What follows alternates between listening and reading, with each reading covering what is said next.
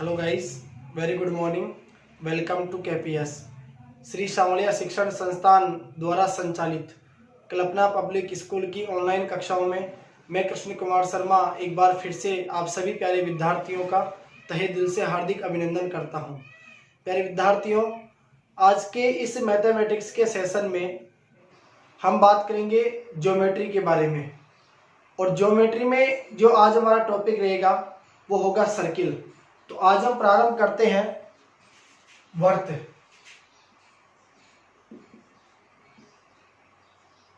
Circle, देखो ये जो हमें गोला दिखाई दे रहा है, ये गोला क्या कहलाता है? एक वर्त। ठीक है, सर्किल। अब ध्यान से देखो आप, ये जो बिंदु आपको ठीक इस वर्त के बीच में दिखाई दे रहा है, ठीक है, ये स्थिर बिंदु जिसे मैंने क्या नाम दे दिया? ओ। तो ये जो स्थिर बिंदु है,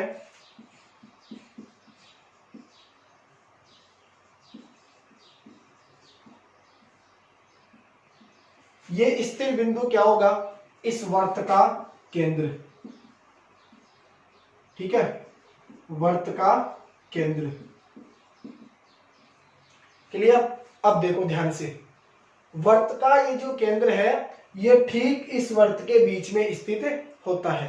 अब ध्यान से सुनो आप, ये जो वर्त के चारों ओर की माप आपको दिखाई दे रही है, ठीक है, ये क्या कहलाती है? इस वर्त की परिधि। क्लियर?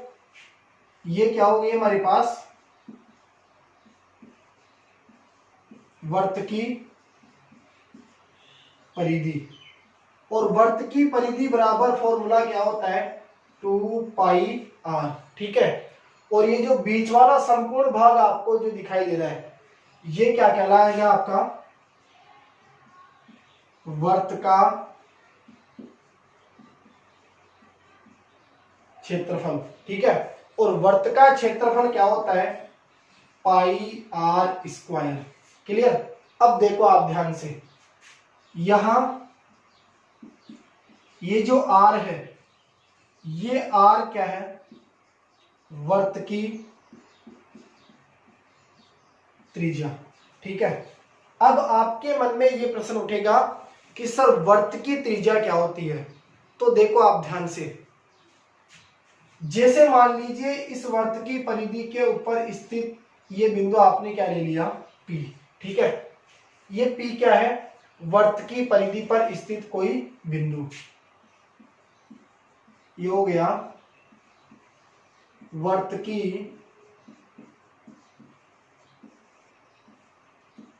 परिधि पर स्थित कोई बिंदु। अब ध्यान से देखो आप, ये P क्या है? वर्त की परिधि पर स्थित कोई बिंदु। तो देखो, स्थिर बिंदु जो वर्त का केंद्र है, वर्त के केंद्र को वर्त की परिधि पर स्थित किसी बिंदु से मिलाने वाली ये जो रेखा है, ये क्या कहलाती है? वर्त की त्रिज्या कहलाती है। ठीक है, तो सिंपल सा आप ध्यान रखोगे, यदि आपसे वर्त की त्रिज्या की परिभाषा पूछी जाए, ठीक है, तो परिभाषा में आप क्या लिखोगे कि वर्त के केंद्र को वर्त की परिधि पर स्थित किसी बिंदु से मिलाने वाली रेखा क्या कहलाती है? वर्त की त्रिज्या कहलाती है। ठीक है, और ये जो वर्त की त्रिज्या है, ये वर्त की त्रिज्या व्यास की क्या होती है? आधी होती है। ठीक है, यानी हम कह सकते हैं कि ये जो वर्त का व्यास होगा ये 2 गुना होगा किसका? वर्त की त्रिज्या का। क्लियर? इसके बाद देखो आप ध्यान से, अब प्रश्न ये उठा कि सर व्यास क्या है? तो देखो, यदि इस वर्त की त्रिज्या को अपन 2 गुना कर देंगे, ठीक है, तो 2 गुना करते क्या आ जाएगा? वर्त का व्यास। तो ये पूरा क्या हो जाएगा? वर्त का व्यास। ठीक है, और आप लोग ध्यान देना इस चीज के ऊपर कि ये जो वर्त का व्यास है, ठीक है, ये वर्त का व्यास क्या होती है?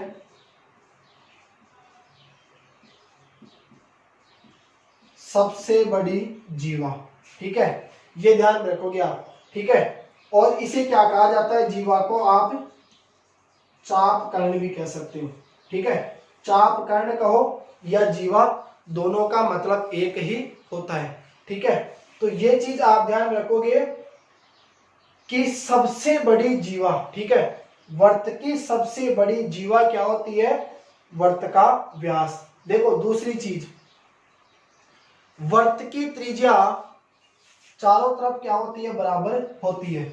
जैसे मान लीजिए यह है, ठीक है, इस बिंदु का आपने क्या नाम दे दिया, क्यू, तो ये भी क्या है, वर्त की त्रिज्या। ये बिंदु क्या हो गया, आर, और इस बिंदु का आपने क्या नाम दे दिया, एस। तो एक चीज आप ध्यान देना, ये जो वर्त की त्रिज्या है, वर्त की त्रिज्या ये चारों तरफ क्या होती है, बराबर होती है। ठीक है, कहने का मतलब ये हो गया कि ओपी का मान किसके बराबर होगा, ओक्यू के बराबर, ओक्यू का मान किसके बराबर होगा, ओआर के बराबर, और OR का मान किसके बराबर होगा, OS के बराबर। ठीक है, तो ये सब क्या हो गई आपके पास, एक ही वर्त की बराबर त्रिज्याएं। ठीक है, ये क्या हो गया आपके पास, एक ही वर्त की बराबर त्रिज्याएं। ठीक है, अब देखो, तो वर्त की सबसे बड़ी जीवा क्या हो गई, वर्त का व्यास। अब आप मुझे ये बताओ कि जीवा क्या होती है। तो देखो सिंपल सा आप लोग जीवा की परिभाषा ये ध्यान में रखोगे कि वर्त की परिधि पर स्थित किन्हीं दो बिंदुओं को मिलाने वाली रेखा। ठीक है, जैसे ये क्या हो गया हमारे पास, कोई वर्त, क्लियर। तो इस वर्त की परिधि पर स्थित, जैसे मान लीजिए ये दो बिंदु हो गया आपके पास। ठीक है, एक बिंदु का आपने क्या नाम दे दिया, ए, और दूसरे बिंदु को आपने क्या नाम दे दिया, बी। क्लियर, तो ये जो ए बी है, ये ए बी क्या कहलाएगी, वर्त की जीवा। ठीक है, तो ए बी क्या हो गई आपके पास, जीवा।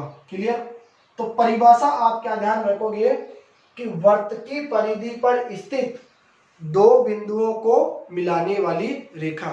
ठीक है, अब देखो आप ध्यान से, ये जो जीवा आपको दिखाई दे रही है, ये जीवा क्या कार्य करती है, एक वर्त को दो भागों में बांटने का कार्य करती है। ठीक है, तो यहां देखो ये वर्त क्या हो गया, दो भागों में बट गया, एक छोटा वाला भाग और दूसरा ये क्या दिखाई दे रहा है आपको, बड़ा वाला भाग। ठीक है, तो ये जो बड़ा वाला भाग आपको दिखाई दे रहा है, ये बड़ा वाला भाग क्या कहलाता है, दीर्घ वर्तखंड। ठीक है, दीर्घ वर्तखंड का मतलब क्या हो गया कि एक वर्त में से काटा गया वर्त का बड़ा टुकड़ा। ठीक है, और ये जो छोटा वाला भाग आपको दिखाई दे रहा है, ये क्या कहलाता है, लघु वर्तखंड। ठीक है, ये क्या हो गया, लघु वर्तखंड, छोटा वाला भाग। ठीक है, तो वर्त का बड़ा टुकड़ा दीर्घ वर्तखंड, और वर्त का छोटा वाला टुकड़ा क्या कहलाता है, लघु वर्तखंड। अब देखो, यदि मान लीजिए ये कोई वर्त है, ठीक है, और आपने क्या किया, इस वर्त को दो बराबर भागों में बांट दिया, दो बराबर भागों में। ठीक है, यानी ऊपर वाला चाप और नीचे वाला चाप दोनों क्या है, समान। तो प्रत्येक भाग क्या कहलाता है, ये प्रत्येक भाग क्या कहलाएगा, एक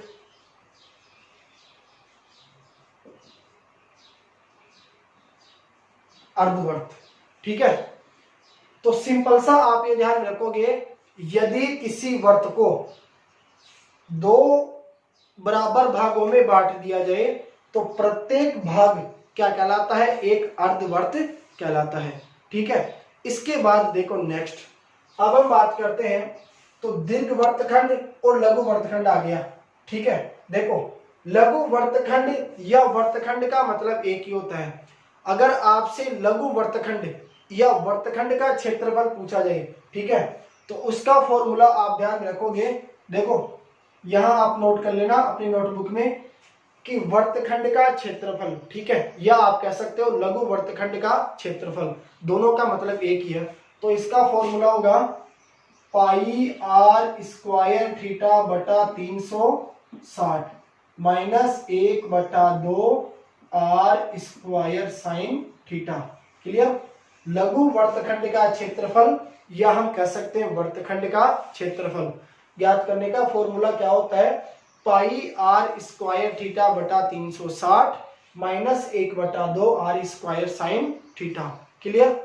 इसके बाद देखो नेक्स्ट दूसरी चीज आप लोग ध्यान देना कि जैसे मान लो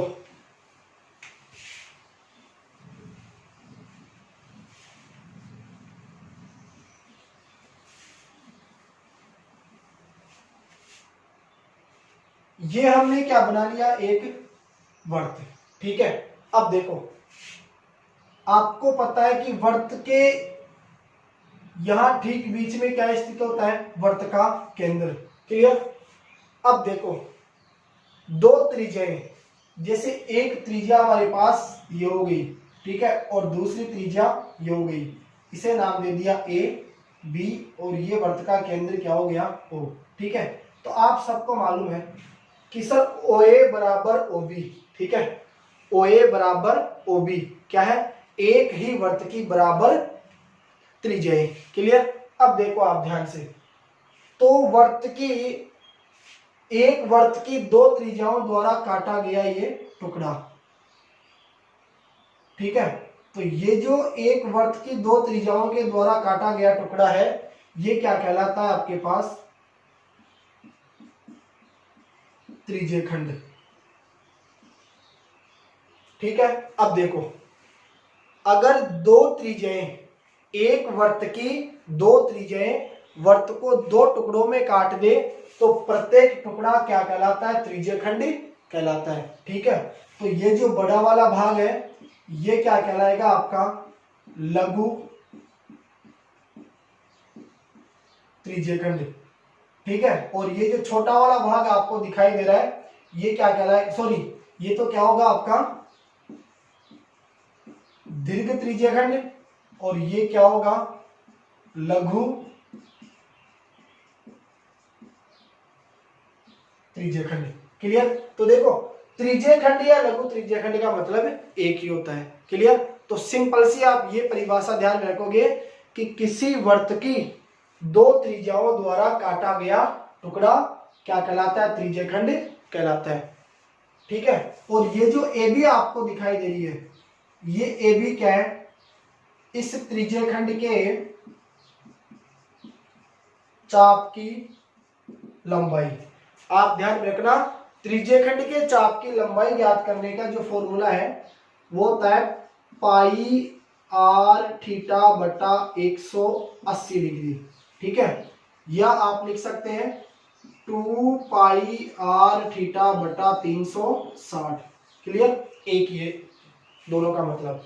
अब देखो यदि आपसे कहा जाए कि त्रिज्यखंड का क्षेत्रफल ज्ञात कीजिए, ठीक है, यानी लघु त्रिज्यखंड का क्षेत्रफल, तो त्रिज्यखंड का क्षेत्रफल ज्ञात करने का जो फॉर्मूला है वो होता है पाई आर स्क्वायर थीटा बटा 360 डिग्री।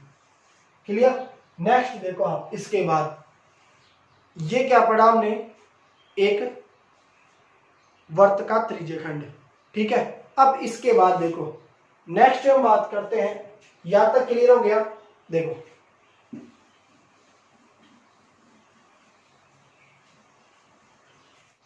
अब देखो इसके बाद अपन बात करते हैं केंद्रीय कोण के बारे में। ठीक है।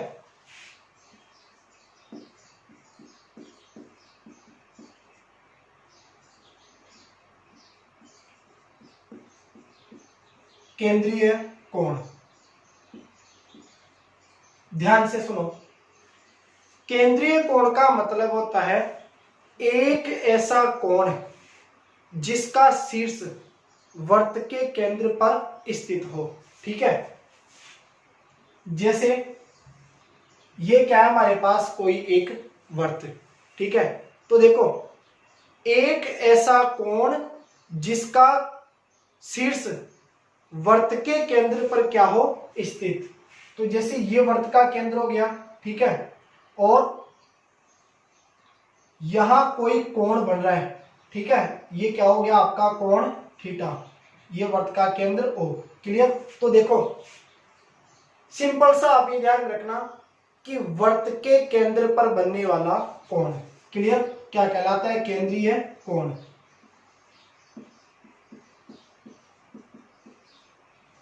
केंद्रीय कोण जिसे आप कह सकते हो केंद्र पर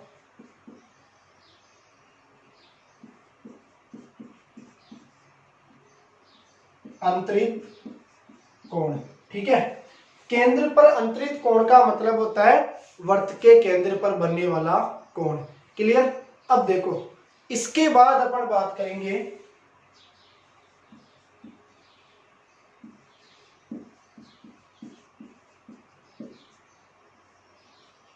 सकेंद्रीय वर्त के बारे में।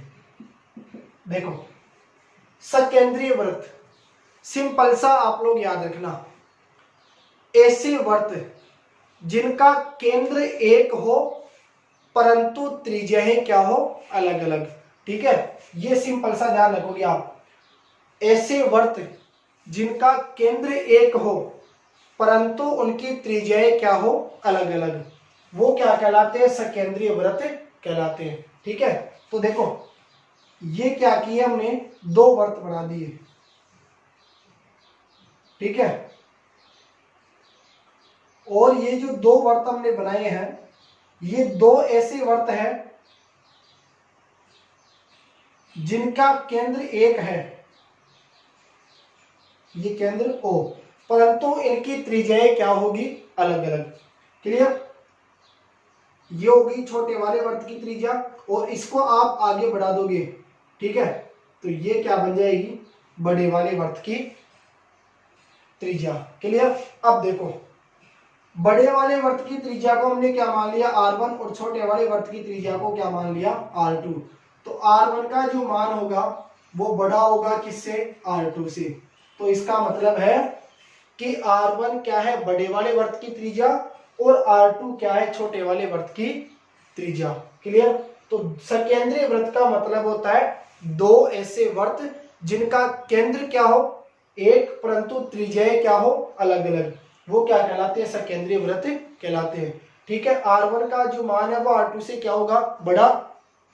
तो इसका मतलब है कि R1 बड़े वाले वर्त की त्रिज्या होगी और R2 छोटे वाले वर्त की त्रिज्या होगी, ठीक है। अब देखो यदि आपसे क्वेश्चन इस प्रकार से पूछा जाए कि जैसे मान लीजिए आपसे कह दिया जाए कि ये क्या है, एक वर्ताकार पार्क, ठीक है, और इस वर्ताकार पार्क के चारों तरफ कुछ दूरी पर क्या बना दिया गया, ये फुटपाथ। अब वो आपसे कहा जाए कि इस फुटपाथ का क्षेत्रफल ज्ञात कीजिए, या आपसे कह दिया जाए कि ये कोई वर्ताकार घास का मैदान है जिसके चारों ओर मान लीजिए वो कह दे कि 2 मीटर दूरी पर एक रास्ता बनाया गया है, तो आपको रास्ते का क्षेत्रफल ज्ञात करना है। तो इस प्रकार के प्रश्नों में देखो आप लोग ध्यान रखना, एक फॉर्मूला आप ध्यान रखोगे कि दो सकेंद्रीय वृत्तों द्वारा परिबद्ध क्षेत्र का क्षेत्रफल, ठीक है। तो दो सकेंद्रीय वृत्तों द्वारा परिबद्ध क्षेत्र का क्षेत्रफल ज्ञात करने का जो फॉर्मूला है वो होता है pi bracket R1 square minus R2 square, ठीक है। देखो किस प्रकार से बना, एक चीज आप देख पा रहे हैं कि दो वर्त आपको दिखाई दे रहे हैं, ठीक है, एक बड़ा वाला वर्त और एक छोटा वाला वर्त। क्लियर। अगर बीच का रास्ता हमें निकालना हो तो बड़े वाले, अगर इस बीच वाले भाग का क्षेत्रफल हमें ज्ञात करना हो तो सिंपल सा है कि सर बड़े वाले वर्त के क्षेत्रफल में से छोटे वाले वर्त के क्षेत्रफल को हम क्या कर देंगे, घटा देंगे। तो बड़े वर्त का क्षेत्रफल हो जाएगा पाई R1 स्क्वायर माइनस छोटे वाले का हो जाएगा पाई R2 स्क्वायर, ठीक है। तो पाई कॉमन आ जाएगा तो फॉर्मूला बनेगा R1 square minus R2 square. Clear. ये किसका फॉर्मूला है, दो सकेंद्रीय वृत्तों द्वारा परिबद्ध क्षेत्र का क्षेत्रफल ज्ञात करने का। क्लियर। इसके बाद देखो आप, अच्छा एक चीज आप ध्यान रखना, एक वर्त में अनगिनत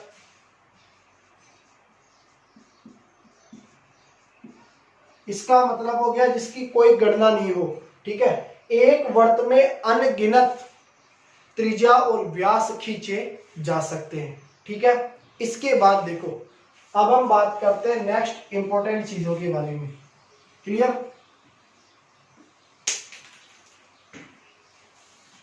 देखो नेक्स्ट है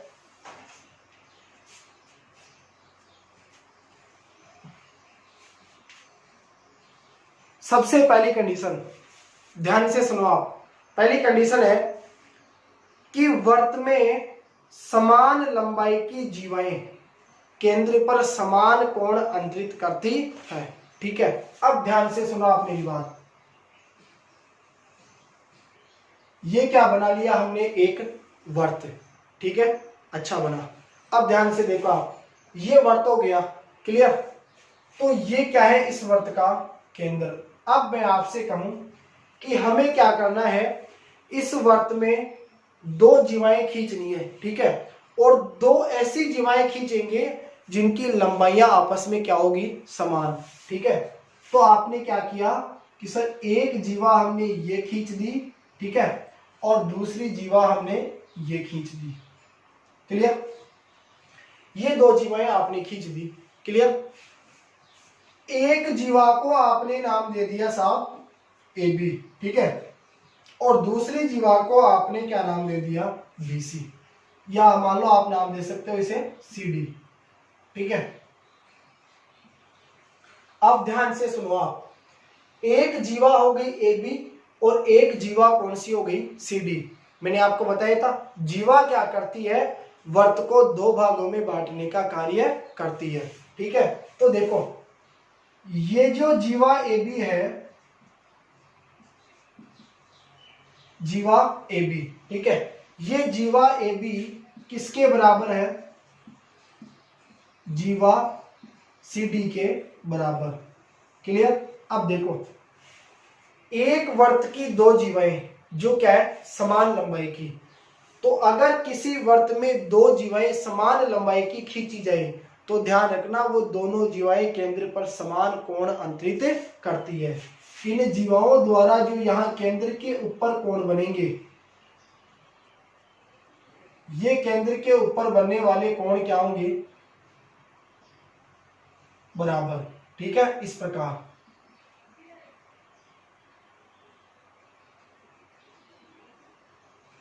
ये हो गया वृत्त का केंद्र ओ। तो देखो आए ध्यान से आप।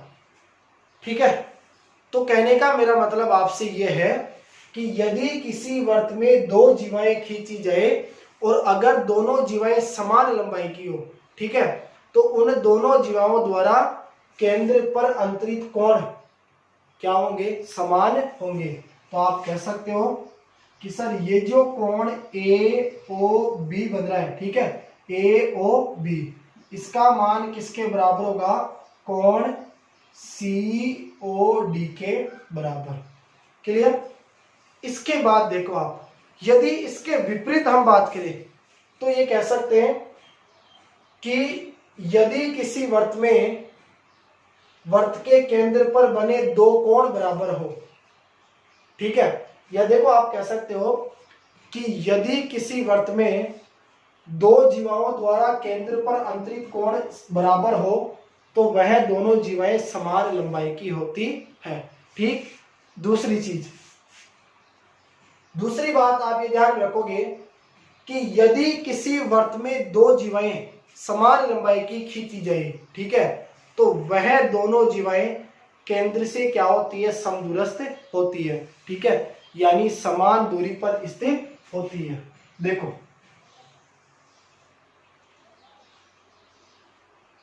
ये कोई वृत्त है, ठीक है, और ये क्या हो गया, इस वृत्त का केंद्र। अब देखो आप ध्यान से, यदि आपने क्या किया, इस वृत्त में दो जीवाएं खींची, ठीक है, जैसे एक जीवा हमने ये ले ली, क्लियर, और दूसरी जीवा ये हो गई, ये दोनों जीवाएं क्या है, समान लंबाई की। अगर ये दोनों जीवाएं समान लंबाई की है, ठीक है, एक को नाम दे दिया पी क्यू और एक को क्या नाम दे दिया आर एस। अगर ये दोनों जीवाएं समान लंबाई की है, जीवा पी क्यू बराबर जीवा RS। अगर ये दोनों जीवाएं समान लंबाई की है तो दोनों जीवाएं केंद्र से क्या होगी, समदूरस्थ होगी। ठीक है, यानी इनकी केंद्र से जो दूरी है वो क्या होगी, समान। क्लियर। जैसे इसको नाम दे दिया M N और ये क्या हो गया, वर्त का केंद्र O। ठीक है, तो OM का जो मान है ये इस ON के क्या होगा, बराबर। क्लियर, ये बात ध्यान में रखोगे। इसके विपरीत हम कह सकते हैं कि यदि दो जीवाएं वर्त के केंद्र से समान दूरी पर खींची जाए, ठीक है, तो वह दोनों जीवाएं लंबाई में क्या होती है, समान होती है। क्लियर। इसके बाद देखो नेक्स्ट, अब हम बात करते हैं कि अर्धवृत्त। ठीक है, अर्धवृत्त पर अनगिनत कोण बनाए जा सकते हैं और अर्धवृत्त पर प्रत्येक कोण समकोण होता है।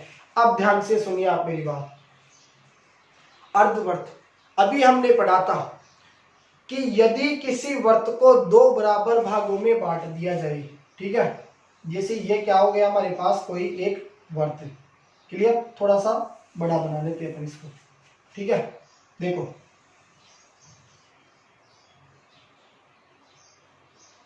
ये क्या हो गया, कोई वृत्त। क्लियर, और ये वृत्त है तो ये क्या हो गया, इस वृत्त का केंद्र। अब ध्यान दीजिए आप मेरी बात के ऊपर, ये वृत्त का केंद्र है। ठीक है, तो देखो आप ध्यान से, अगर वृत्त को हम क्या करें, दो बराबर भागों में बांट दें। जैसे हमने क्या किया, इसको दो बराबर भागों में इस प्रकार से बांट दिया। क्लियर, तो प्रत्येक भाग क्या कहलाता है, एक अर्धवृत्त। ठीक है, और आप लोग हमेशा ध्यान देना कि एक अर्धवृत्त में अनगिनत कोण बनाए जा सकते हैं। ठीक है, और एक चीज आप इंपॉर्टेंट ध्यान रखोगे कि अर्धवृत्त में बना कोण समकोण होता है। ये चीज नोट कर लेना।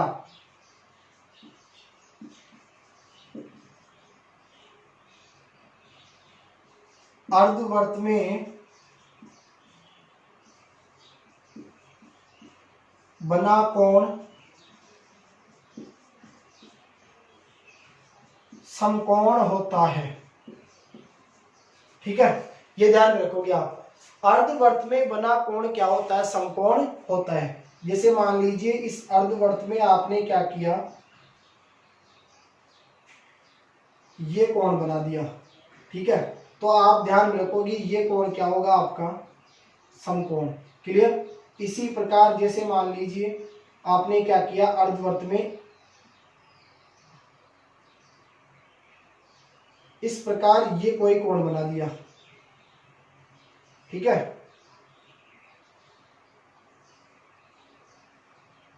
तो आपको पता है कि अर्धवृत्त में बना कोण क्या होता है, समकोण होता है। ठीक है, तो यहां जो कोण बनेगा वो क्या होगा, आपका समकोण। क्लियर। इसी प्रकार देखो आप कह सकते हैं कि जैसे मान लीजिए आपने ये कोण ले लिया साहब। ठीक है, तो ये सब ऐसे कोण दिखाई दे रहे हैं आपको जो कहां बन रहे हैं, अर्धवृत्त में। ठीक है, तो सिंपल सी बात आप लोग ये ध्यान रखोगे कि अर्धवृत्त में बना कोण समकोण होता है। जैसे हमने इसको नाम दे दिया A B C D E. अब देखो आप ध्यान से, ये कोण कौन सा बना, ए बी ई। ठीक है, कोण ए बी ई, इसका मान बराबर होगा किसके, ए सी ई के। ठीक है, किसके बराबर हो जाएगा, ए सी ई के। इसी प्रकार देखो इसका मान बराबर हो जाएगा किसके, ए डी ई के। ये हो जाएगा ए डी ई, और सब क्या है आपके पास, समकोण। ठीक है, तो ये चीज आप ध्यान रखोगे, अर्धवृत्त में बना कोण समकोण होता है और एक अर्धवृत्त में अनगिनत कोण बनाए जा सकते हैं। ठीक है, इसके बाद देखो नेक्स्ट हम बात करते हैं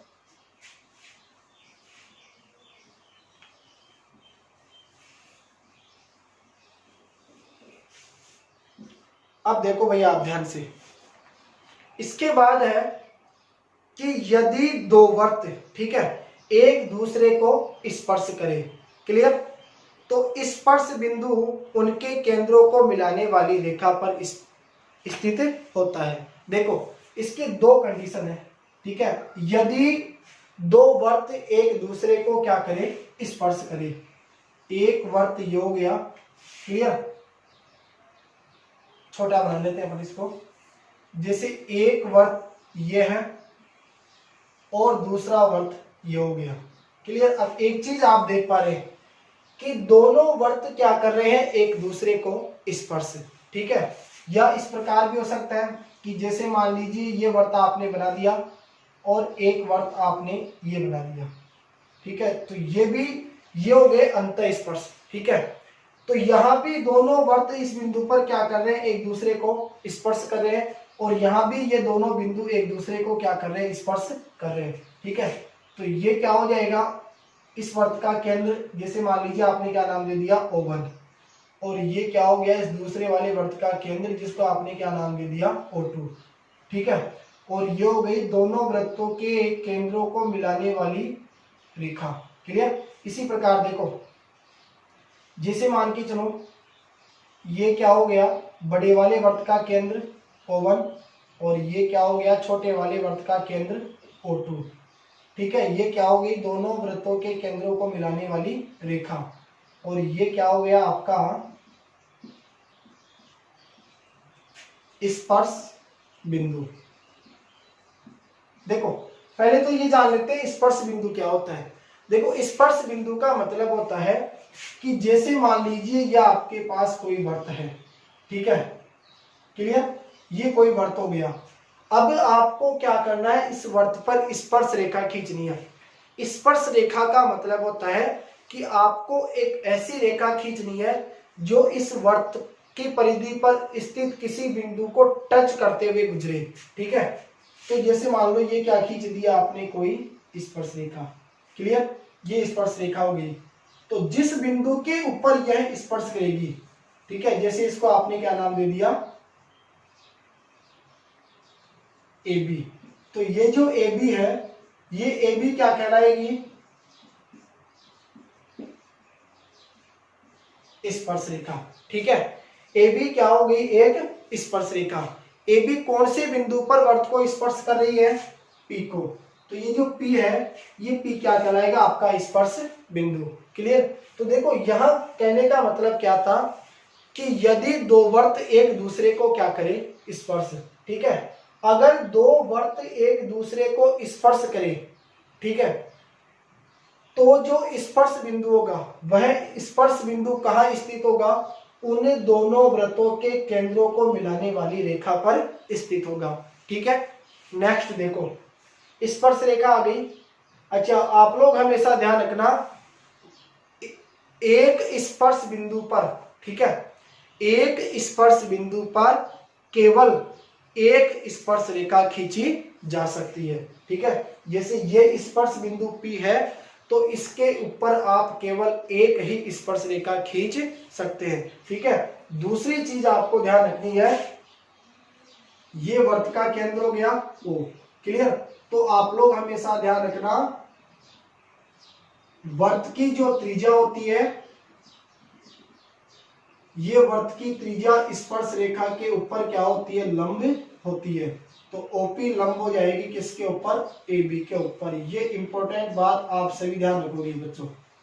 देखो क्या कहा मैंने आपसे, वर्त की जो त्रिज्या होती है, ये वर्त की त्रिज्या स्पर्श रेखा के ऊपर क्या होती है, लंब होती है, क्लियर। नेक्स्ट देखो, इसके बाद अब अपन बात करते हैं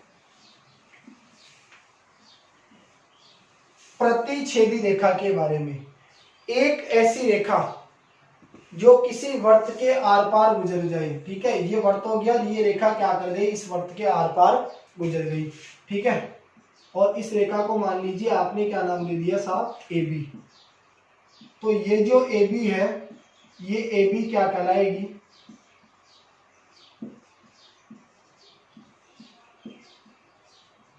प्रतिच्छेदी रेखा, ठीक है। एक ऐसी रेखा जो वर्त के आर पार गुजर जाए क्या कहलाती है, प्रतिच्छेदी रेखा कहलाती है, ठीक। इसके बाद देखो नेक्स्ट अब हम बात करते हैं, ध्यान से सुनिए आप मेरी बात को। कि वृत्त की परिधि पर स्थित किसी एक बिंदु पर केवल एक ही स्पर्श रेखा खींची जा सकती है, क्योंकि स्पर्श रेखा वृत्त की त्रिज्या पर लंब होती है। ये हमने पढ़ लिया, क्लियर। इसके बाद नेक्स्ट देखो, अब हम बात करते हैं उभयनिष्ठ स्पर्श रेखाओं के बारे में।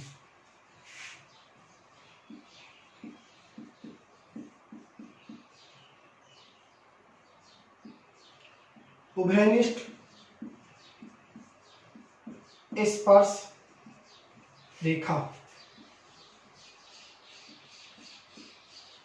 देखो इंपॉर्टेंट चीज प्रारंभ है, सुनो। उभयनिष्ठ स्पर्श रेखा, उभयनिष्ठ का मतलब क्या होता है? जो दो या दो से अधिक चीजों में कॉमन आती है, ठीक है। अब देखो आप, जैसे मान लीजिए हमारे पास ये कोई दो वृत्तों के साथ,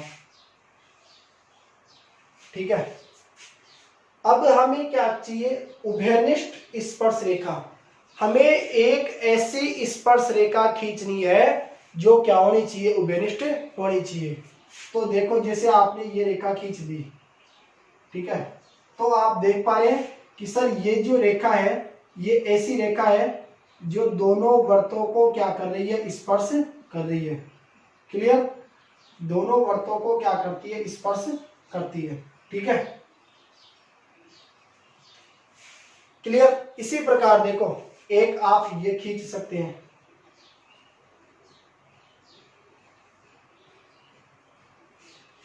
क्लियर। तो नेक्स्ट देखो, कहने का मतलब यह है कि ऐसी रेखा जो दिए गए दोनों वृत्तों को क्या करे? स्पर्श करे, उन वृत्तों की उभयनिष्ठ स्पर्श रेखा कहलाती है, ठीक है। नेक्स्ट देखो, इसके बाद अब देखो इसकी अलग अलग कंडीशन है, ठीक है। तो सबसे पहली कंडीशन अपन पढ़ते हैं,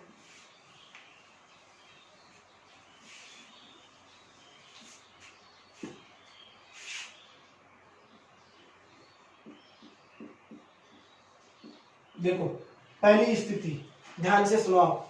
पहली स्थिति यह है कि जब दोनों वृत्त, ठीक है, जब दोनों वृत्त अंतः स्पर्श करते हैं, यानी अंदर की ओर क्या करते हैं? स्पर्श करते हैं, तो उन पर केवल एक ही उभयनिष्ठ स्पर्श रेखा खींची जा सकती है। ये चीज आप ध्यान से सुनिए।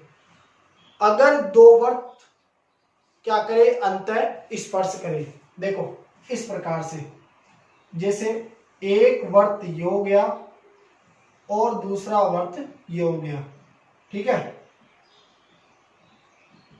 अब आप ध्यान से देखिए, ये दोनों वृत्त क्या कर रहे हैं? एक दूसरे को अंतः स्पर्श कर रहे हैं, ठीक है। तो अगर दो वृत्त एक दूसरे को अंतः स्पर्श करें, ठीक है, तो उन वृत्तों पर केवल एक उभयनिष्ठ स्पर्श रेखा खींची जा सकती है, इस प्रकार से। ये हो जाएगा आपका स्पर्श बिंदु, और ये क्या आ जाएगी आपके पास? एक उभयनिष्ठ स्पर्श रेखा, क्लियर है। इसके बाद देखो आप, दूसरी कंडीशन ये है कि जब दो वृत्त एक दूसरे को प्रतिच्छेद करें, ठीक है, अगर एक दूसरे को काटे तो उन पर दो उभयनिष्ठ स्पर्श रेखाएं खींची जा सकती है। देखो अब जैसे मान लीजिए ये क्या किया आपने? दो वृत्त बना दिए, ठीक है। ये दो वृत्त हो गए, एक वृत्त ये हो गया, दूसरा वृत्त आपने ये ले लिया। तो एक चीज आप यहां देख पा रहे हैं कि आपके पास दो ऐसे वृत्त हैं जो एक दूसरे को क्या कर रहे हैं? प्रतिच्छेद कर रहे हैं, ठीक है। तो यदि दो वृत्त, अच्छा एक बात आप हमेशा ध्यान रखना, दो वृत्त एक दूसरे को केवल दो बिंदुओं पर क्या करते हैं? प्रतिच्छेद करते हैं, ये फिक्स है, क्लियर। अब देखो आप ध्यान से, तो दूसरी कंडीशन हमारी यह है कि अगर दो वृत्त एक दूसरे को प्रतिच्छेद करें तो उन दोनों वृत्तों पर केवल दो उभयनिष्ठ स्पर्श रेखाएं खींची जा सकती है, ठीक है। इस प्रकार से ये क्या हो गई? दो उभयनिष्ठ स्पर्श रेखाएं, क्लियर। नेक्स्ट देखो, इसके बाद जो तीसरी कंडीशन है वो इस प्रकार से है। देखो तीसरी कंडीशन है कि जब दो वर्त एक दूसरे को बाहें स्पर्श करें, ठीक है, यानी बाहर की तरफ क्या करें, स्पर्श करें, तो उन पर 3 उभयनिष्ठ स्पर्श रेखाएं खींची जा सकती है। देखो प्रश्न इस प्रकार से पूछे जाते हैं, छोटे क्वेश्चन, क्या आपसे कहेगा कि बताइए यदि दो वर्त एक दूसरे को बाह्य स्पर्श करते हैं, ठीक है, यदि दो वर्त एक दूसरे को बाह्य स्पर्श करते हैं तो उन पर अधिकतम कितनी स्पर्श रेखाएं खींची जा सकती है, तो आपका आंसर क्या होगा, 3। देखो कैसे, एक वर्त ये हो गया और दूसरा वर्त आपने ये ले लिया, ठीक है, ये दो आपको ऐसे वर्त दिखाई दे रहे हैं जो एक दूसरे को क्या कर रहे हैं, बाह्य स्पर्श कर रहे हैं, ठीक है। तो इन पर देखो अपन अधिकतम कितनी स्पर्श रेखाएं खींच सकते हैं, उभयनिष्ठ स्पर्श रेखाएं, उभयनिष्ठ स्पर्श रेखाएं, ठीक है। एक तो ये हो गई, क्लियर, ये इस वर्त का केंद्र हो गया और ये क्या हो गया, इस वर्त का केंद्र, ठीक है। तो अभी हमने पढ़ा था कि यदि दो वर्त एक दूसरे को स्पर्श करे तो स्पर्श जो बिंदु होता है वह स्पर्श बिंदु उन दोनों वृत्तों के केंद्रों को मिलाने वाली रेखा पर स्थित होता है, ठीक है। तो एक तो ये होगी उभयनिष्ठ स्पर्श रेखा, दूसरी ये हो जाएगी, ठीक है, और तीसरी इस प्रकार से, क्लियर। तो यह आप लोग ध्यान रखोगे कि अगर दो वर्त एक दूसरे को बाह्य स्पर्श करें तो उन पर अधिकतम हम कितनी स्पर्श रेखाएं खींच सकते हैं, 3, क्लियर।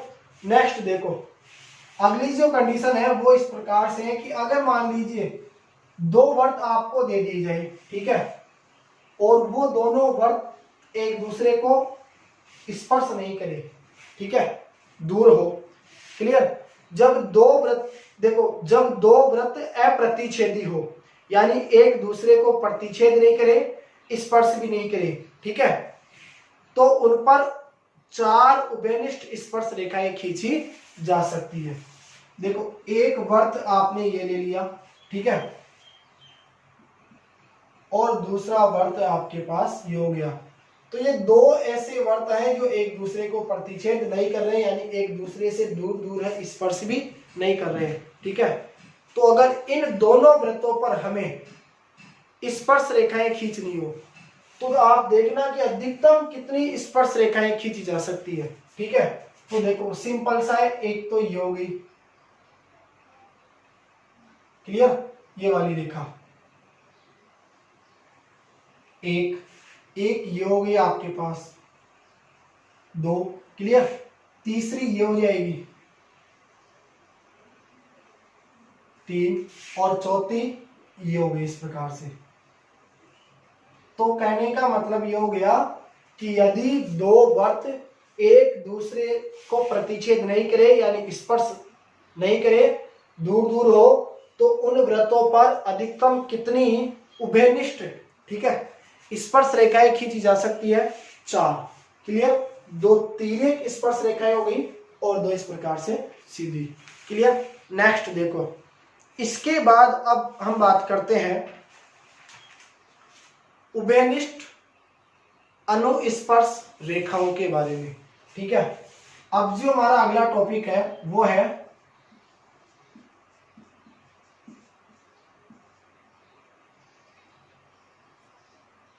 उभयनिष्ठ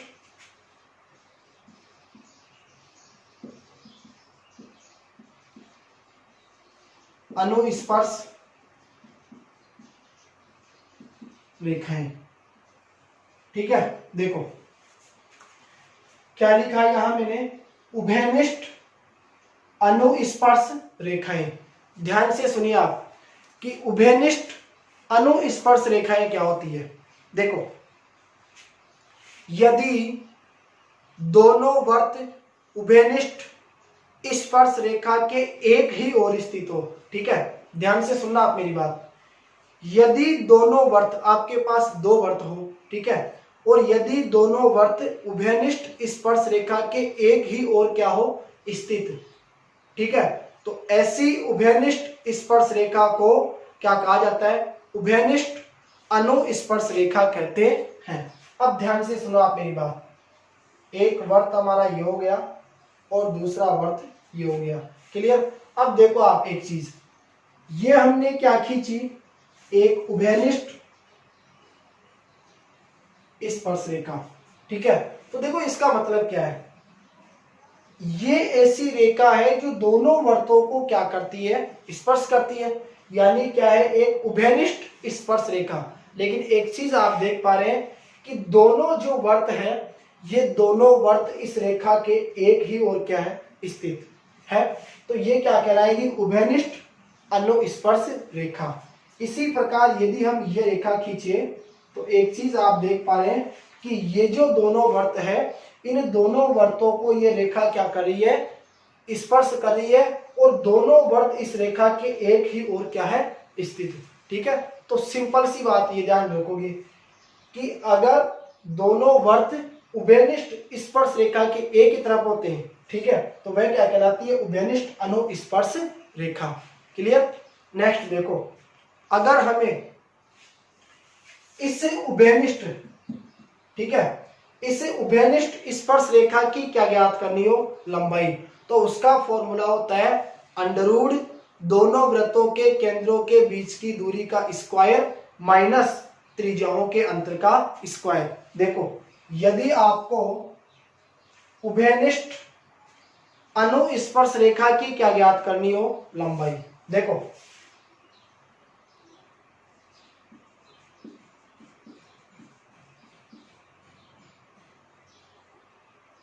उभयनिष्ठ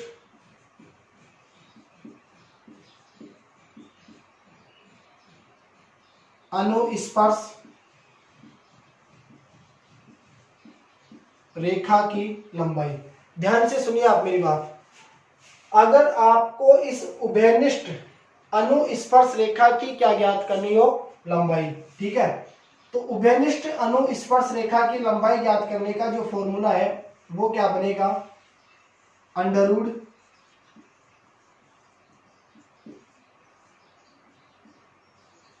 केंद्रों के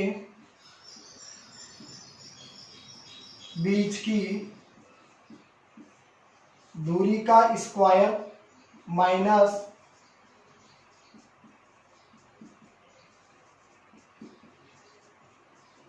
त्रिज्याओं के अंतर का स्क्वायर। ठीक है। देखो, करना क्या होगा आपको? ध्यान से समझो आप मेरी बात। इस वर्त का केंद्र तो ये हो गया, ठीक है, और इस वर्त का केंद्र ये हो गया। ये क्या होगी? दोनों केंद्रों के बीच की दूरी। ठीक है। तो इस दोनों केंद्रों के बीच की दूरी का क्या कर दोगे आप? स्क्वायर। ठीक है। ये क्या हो जाएगी?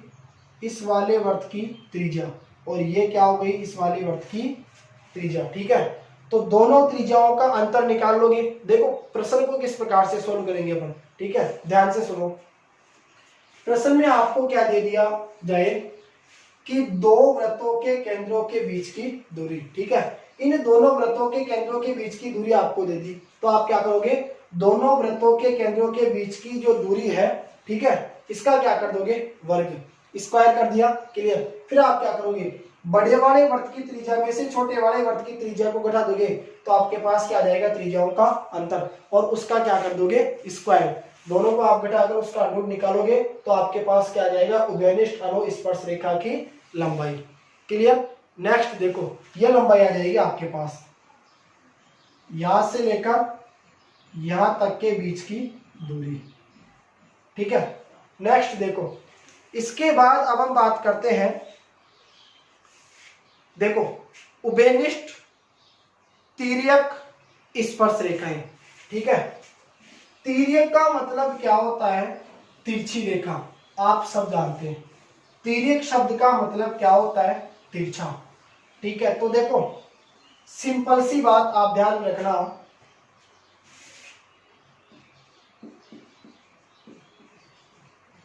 तिर्यक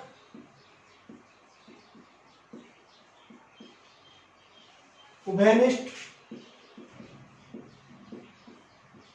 स्पर्श रेखा। देखो बच्चों ध्यान से, सुनो, तिर्यक उभयनिष्ठ स्पर्श रेखा, ठीक है। देखो, यदि दोनों वर्त उभयनिष्ठ स्पर्श रेखा के विपरीत ओर हो, ठीक है, तो ऐसी उभयनिष्ठ स्पर्श रेखा क्या कहलाती है? उभयनिष्ठ तिर्यक स्पर्श रेखा कहलाती है। क्लियर?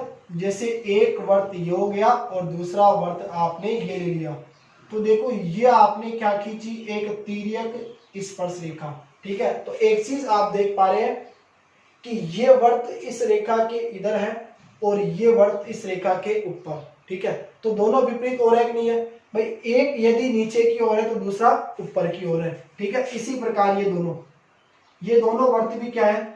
इस स्पर्श रेखा के विपरीत ओर, ठीक है। तो अगर दो ऐसे वर्त खींचे जाए जो तिर्यक स्पर्श रेखाओं के क्या हो? विपरीत ओर, ठीक है। तो ये रेखाएं क्या कहलाती है?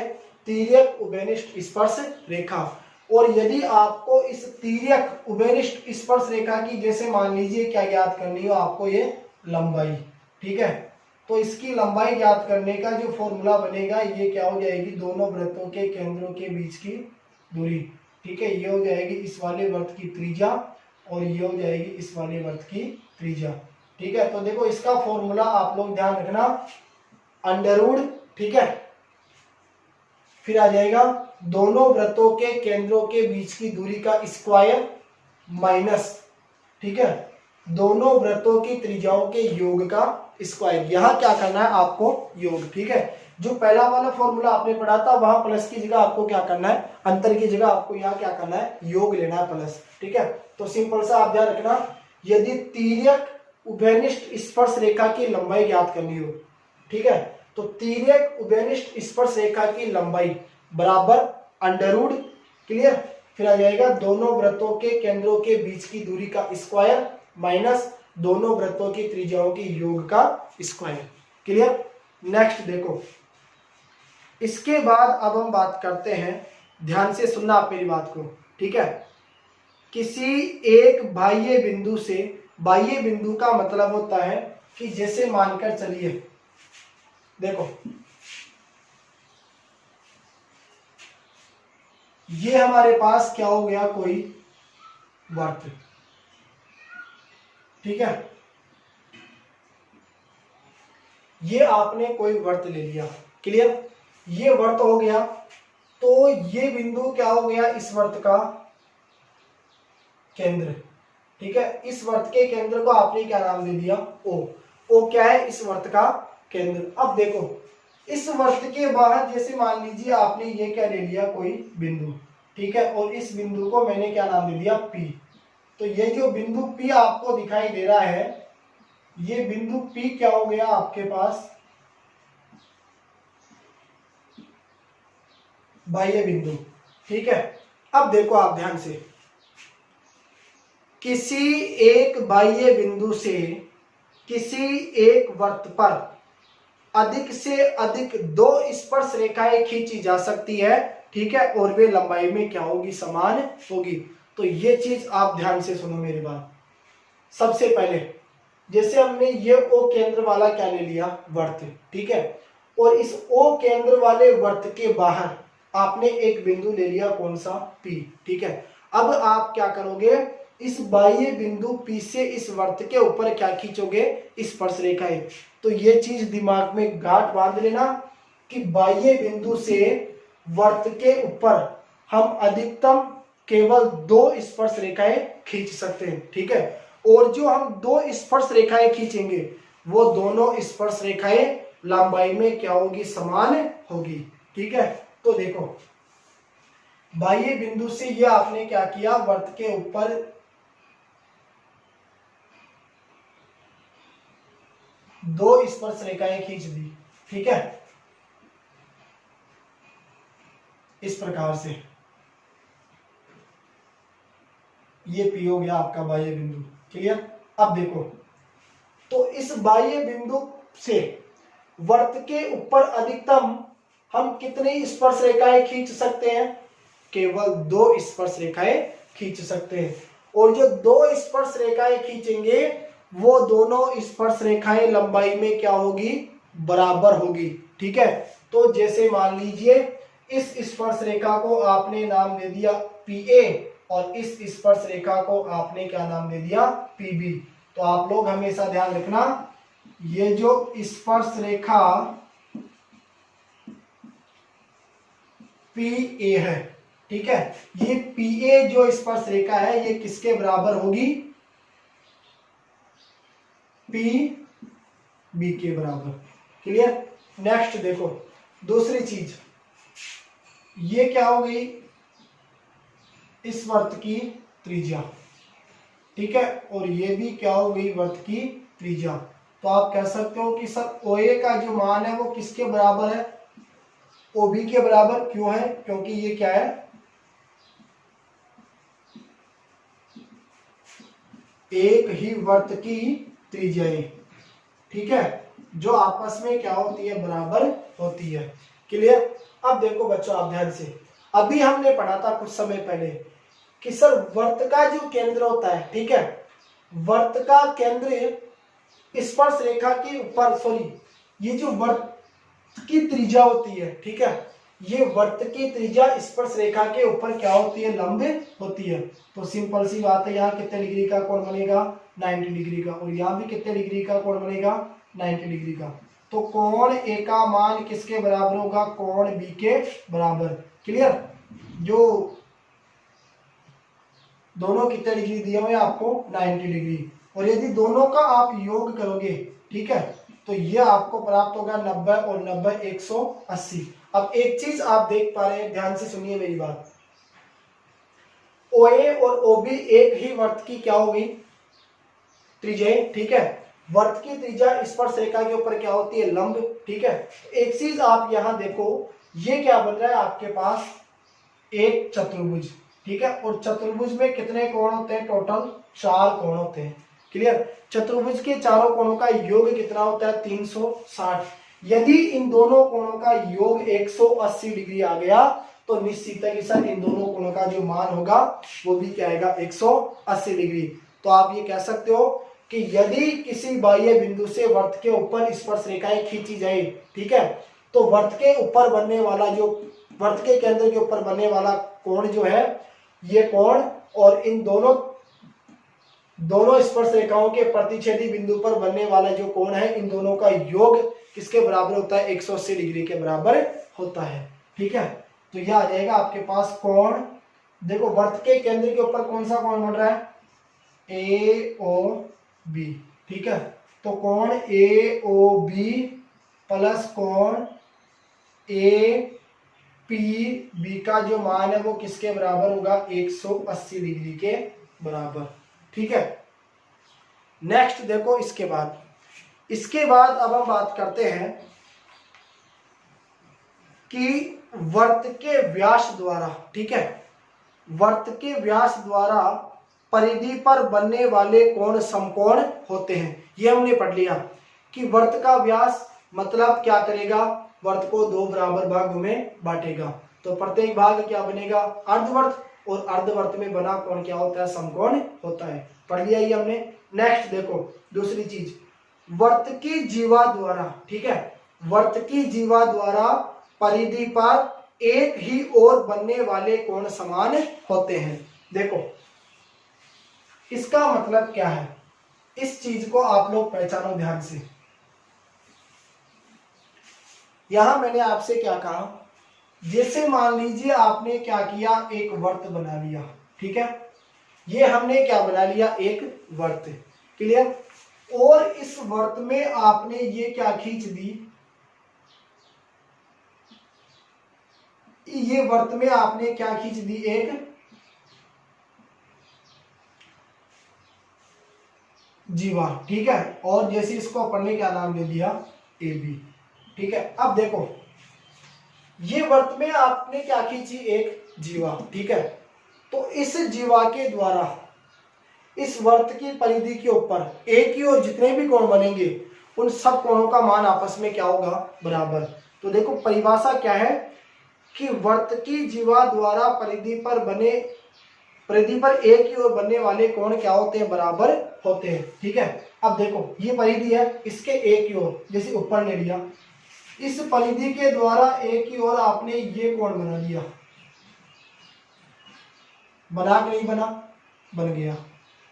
तो एक चीज आप देख पा रहे हैं, ये जो आपका कोण है, ये वाला कोण, ठीक है, ये कोण किसके द्वारा बन रहा है, इस वृत्त की परिधि के द्वारा, ठीक है। इसी प्रकार ये वाला कोण बना, तो ये कोण भी किसके द्वारा बना, इसी वृत्त की परिधि के द्वारा, बना नहीं बना। तो ये कोण मैंने बनाया, तो ये कोण भी किसके द्वारा बना, इसी वृत्त की परिधि के द्वारा। और एक चीज आपको दिखाई दे रही है कि सर ये जो तीनों कोण है, ये तीनों कोण इसी वृत्त की परिधि के ऊपर एक ही तरफ बने हुए हैं, तो तीनों कोणों का मान आपस में क्या होगा, बराबर बराबर होगा, ठीक है। और इसको जैसे मान लो आपने नाम दे दिया पी क्यू आर, ठीक है।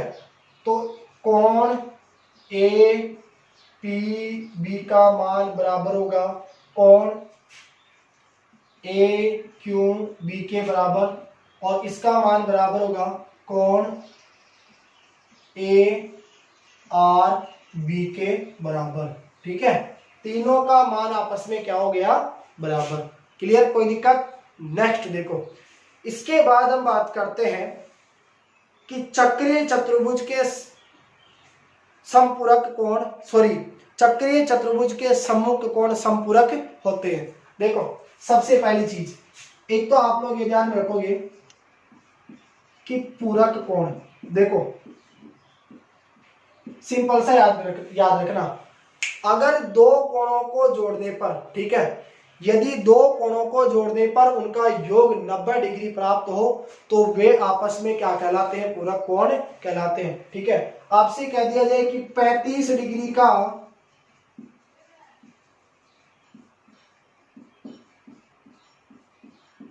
पूरक कोण बताओ, आपसे कहा जाए कि 35 डिग्री का क्या करना है, आपको पूरक कोण बताना है।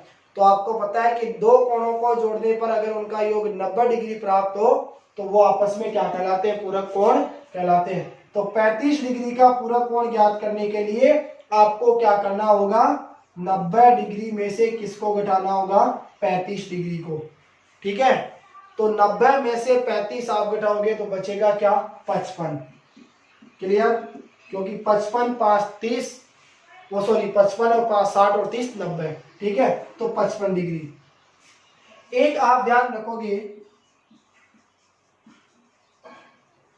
समपूरक कोण, तो सिंपल से याद रखना, अगर दो कोणों को जोड़ने पर उनका योग 180 डिग्री प्राप्त हो जाए, तो वे परस्पर समपूरक कोण कहलाते हैं। 90 डिग्री का समपूरक कोण क्या होगा, 90, क्योंकि 90 और 90 क्या प्राप्त होता है, 180 डिग्री, ठीक है।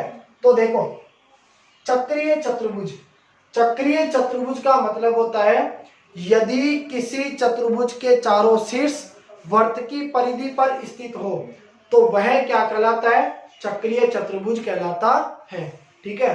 क्या ध्यान में रखोगे आप, यदि किसी चतुर्भुज के चारों शीर्ष वृत्त की परिधि पर स्थित हो, जैसे ये हमारे पास कोई वृत्त है और ये वृत्त में हमने क्या बना दिया, एक चतुर्भुज, ठीक है।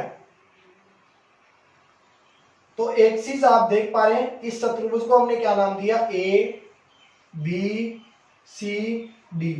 ए बी सी डी क्या हो गया हमारा, एक चक्रीय चतुर्भुज। क्यों, क्योंकि इस चतुर्भुज के चारों शीर्ष इस वृत्त की परिधि के ऊपर क्या है, स्थित। तो चक्रीय चतुर्भुज के सम्मुख कोणों का जो योग है वो क्या होता है, 180 डिग्री होता है, ठीक है। ए के सम्मुख कौन सा हो गया, सी, तो कोण ए प्लस का कोण सी बराबर 180 डिग्री। इसी प्रकार कोण बी प्लस का कोण डी बराबर क्या होगा, 180 डिग्री। क्लियर, ये बात आप ध्यान में रखोगे, ठीक है। नेक्स्ट आगे हम बात करते हैं कि देखो किसी वृत्त के केंद्र की चाप द्वारा, ठीक है, केंद्र पर अंतरित कोण परिधि की चाप द्वारा, देखो इसके लिए आप सिंपल सा ध्यान रखना, इस प्रकार से है कि जैसे मान लीजिए, देखो ये थोड़ी सी इसमें मिसप्रिंट है, मैं आपको सिंपल सा बता देता हूं, क्या ध्यान रखोगे। देखो सबसे पहले जैसे आपने क्या किया, एक वृत्त बना दिया, ठीक है, ये कोई वर्त हो गया। क्लियर। अब हमने क्या किया, इस वर्त के ऊपर आपने एक चाप काट दिया यहां, ठीक है, ये चाप आपने काट दिया। क्लियर।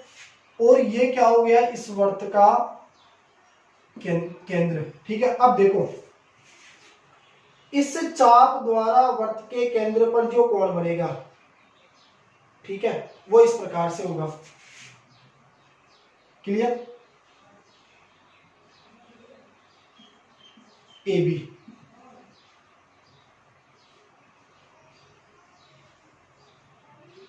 ये हो गया वर्त का केंद्र ओ।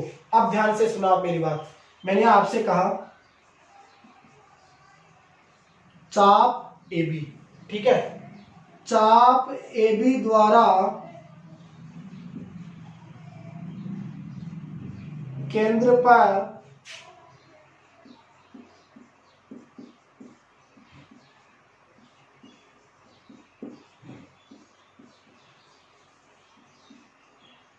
देखो ये क्या बना, चाप ए बी द्वारा केंद्र पर अंतरित कोण।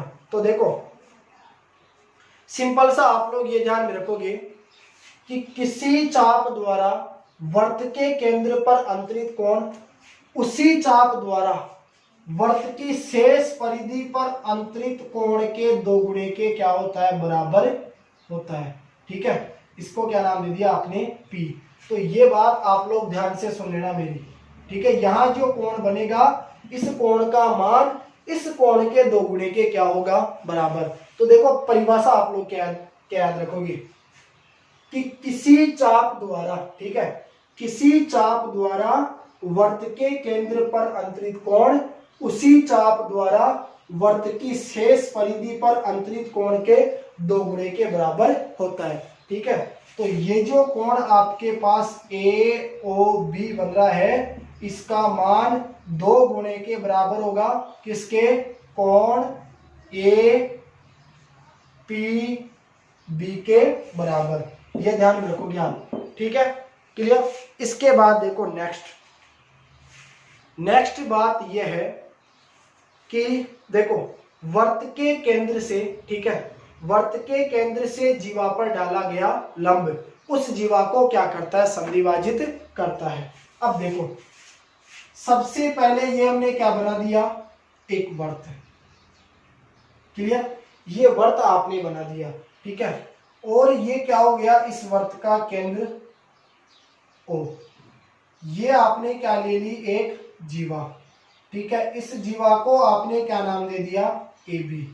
क्लियर। ए बी क्या हो गई आपके पास, जीवा। अब आप सबको मालूम है कि सर वर्त के केंद्र से जीवा पर जब हम लंब डालते हैं, ठीक है, तो ये जैसे आपने लंब डाल दिया साहब ओपी। ठीक है। तो देखो ये जो ओपी है, ये ओपी लंब हो गया किसके ऊपर, ए बी के ऊपर। तो ध्यान से सुनिए आप मेरी बात। वर्त के केंद्र से, ठीक है, वर्त के केंद्र से जीवा पर डाला गया लंब इस जीवा को क्या करता है, संधिभाजित करता है, यानी समान 2 भागों में बांट देता है। तो एपी का मान किसके बराबर होगा, बीपी के बराबर। क्लियर। ये बात आप लोग ध्यान रखोगे। ठीक है, कि वर्त के केंद्र से जीवा पर डाला गया लंब जीवा को क्या करता है, संधिभाजित करता है। संधिभाजित करने का मतलब होता है कि वह उस जीवा को समान 2 भागों में बांटता है। ठीक है। इसके बाद देखो नेक्स्ट कंडीशन है कि यदि देखो यदि वर्त की स्पर्श रेखा के स्पर्श बिंदु से, ठीक है, तो सबसे पहले हमें क्या करना है, एक वर्त लेना है, वर्त के ऊपर एक स्पर्श रेखा खींचनी है और उसके स्पर्श बिंदु से। ठीक है। देखो सबसे पहले आपने ये क्या ले लिया, एक वर्त। काफी बड़ा बन गया भाई, कोई बात नहीं, अंतिम टाइम आ गया। ठीक है। देखो ये वर्त आपने बना दिया और ये क्या हो गया, इस वर्त का केंद्र। क्लियर। अब देखो आप ध्यान से, ये वर्त का केंद्र हो गया, ठीक है।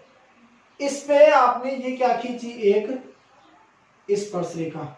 ये स्पर्श रेखा हो गई, तो ये क्या हो गया आपका एक स्पर्श बिंदु, जिसको आपने क्या नाम दे दिया, P, ठीक है।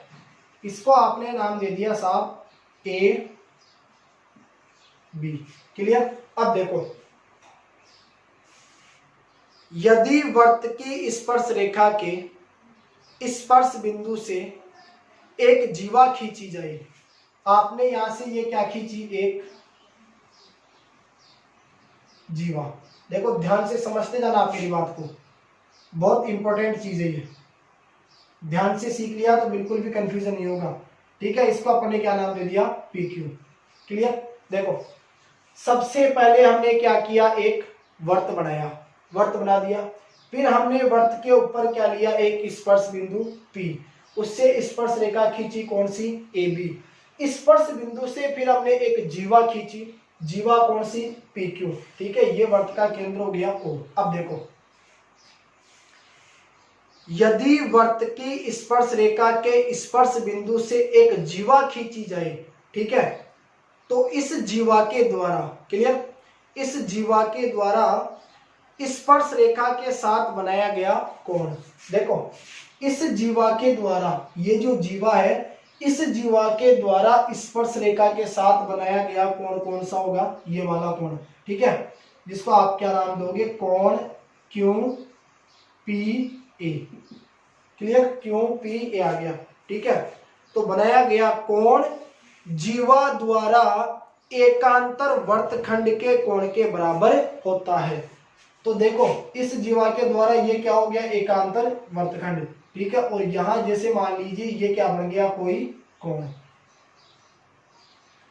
ये क्या कहलाएगा, एकांतर वर्तखंड में बना कोण। क्लियर। इसको आपने क्या नाम दे दिया, R। तो देखो ये जो कोण बन रहा है आपके पास, ये वाला कोण कौन सा, QRP। तो इस QRP का जो मान है वो इसके क्या होगा, बराबर, ठीक है। ये बात आप लोग दिमाग में रखना। तो यहां से आपने क्या सीखा कि वर्त के ऊपर स्पर्श रेखा के स्पर्श बिंदु से खींची गई जीवा, ठीक है। तो ये जो जीवा है, ये जीवा इस स्पर्श रेखा के साथ जो कोण बनाएगी, उस कोण का मान इस जीवा के एकांतर वर्तखंड में बने कोण के क्या होगा, बराबर होगा, ठीक। इसी प्रकार देखो, अब जैसे मान लो अपन इसको जीवा माने, ठीक है, ये जीवा कौन सी, PR। तो देखो ये जीवा इस स्पर्श रेखा के साथ ये वाला कोण बना रही है, कौन सा, कोण RPB। तो इसका मान इस जीवा के एकांतर वर्तखंड में बने कोण, इस कोण के क्या होगा, बराबर। तो ये वाला कोण कौन सा हो गया, RQP।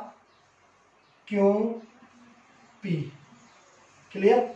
ये चीज आप लोग ध्यान में रखोगे, ठीक है। नेक्स्ट देखो, इसके बाद हम बात करते हैं, देखो अब इसके बाद है कि 3 असंरेखीय बिंदुओं से होकर केवल एक ही वर्त गुजरता है। देखो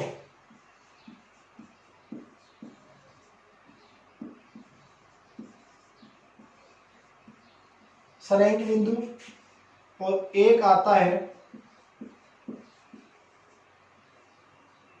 असंरेख बिंदु, ठीक है। यदि 2 या 2 से अधिक बिंदु एक सरल रेखा पर स्थित हो, ठीक है, जैसे ये कोई सरल रेखा है और इस सरल रेखा के ऊपर ये 2 या 2 से अधिक बिंदु स्थित है, तो ये क्या कहलाएंगे, संरेख बिंदु।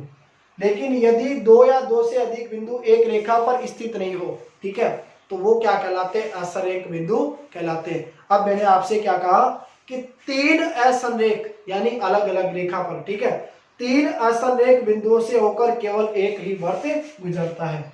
इस प्रकार से ये वर्त आपने ले लिया, ठीक है।